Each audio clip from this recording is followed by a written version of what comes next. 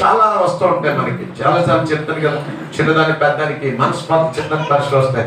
అప్పుడు వెంటనే మనం ఏం చేసుకోవాలి, కడిగి శుద్ధి చేసుకోవాలి. నిష్కపటం, ఏ కపటం అనేది మనలో ఉండకూడదు.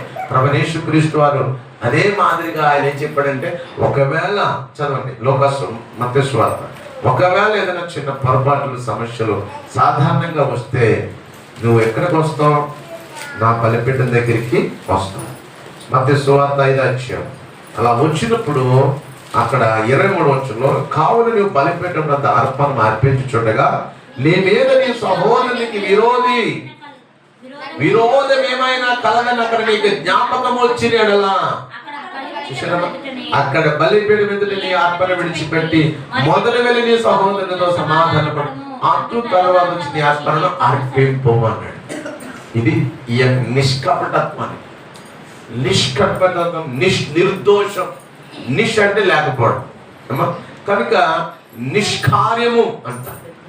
ఇవన్నీ కూడా నిష్ అనేటువంటి నిషిద్ధము అన్నట్టుగా, ఇలా నిష్ అనే పదాలు తెలుగులో వస్తే అవన్నీ కూడా లేకపోవడం. దేవుని స్తోత్రం. కాబట్టి అలాంటిది మనలో ఎలా ఉండాలి? మనలో భయము కలిగి ఉండాలి. ఒక శిష్యుడిగా, ఒక శిష్యురాలుగా మనం ఏం చేయాలి? దేవుని ఎదుట భయము కలిగి ఆ చెప్పిన రీతిగా మనము క్రమశిక్షణ కలిగి ఉండాలి. దేవుని స్తోత్రం. అది ఇక్కడ చూడండి ప్రియమైన సహోదరి సోదరు, ఆదికాండము 4వ అధ్యాయం చూసినట్లయితే దేవుడు ఎంతో మరి వీళ్ళిద్దరూ చక్కగా జీవించాలి అని అనుకుంటే, అన్నదమ్ములు చక్కగా ఉండాలని దేవుడు అనుకుంటే, వాళ్ళ ప్రాణాన్ని దేవుడు వారి మధ్య చక్కగా ఉంచితే వీళ్ళు ఏం చేశారు? దుష్టుడు యొక్క దురాలోచన బట్టి ఆ చక్కని దేవుని యొక్క మర్యాదను వీళ్ళు పాడు చేయడానికి ఒక్కరు ఏమి లేదు, చిన్న ఈర్ష్య, అతనిలో చిన్న ఈర్ష్య కలిగింది. మా తమ్ముడిది లేదా మా సహోదరుడిది దేవుడు అంగీకరించడం ఏంటి, నాది అంగీకరించకపోవడం ఏంటి అనుకున్నాడే కానీ, అసలు దేవుడు నన్ను అంగీకరించకపోవడానికి, నా అర్పణ అంగీకరించబడే కారణము నేనే కదా, ఈ పొరపాటుకి కారణం నేనే కదా అని అనుకునుంటే ఈ కయ్యేను ఏబేలును చంపేవాడు కాదు. అదంటే మెయిన్ కారణం.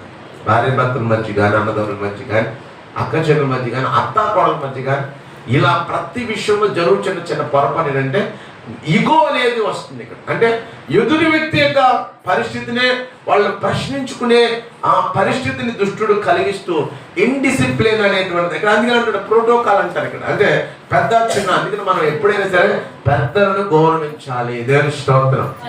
ఇది దేవుడు చెప్తున్నాడు.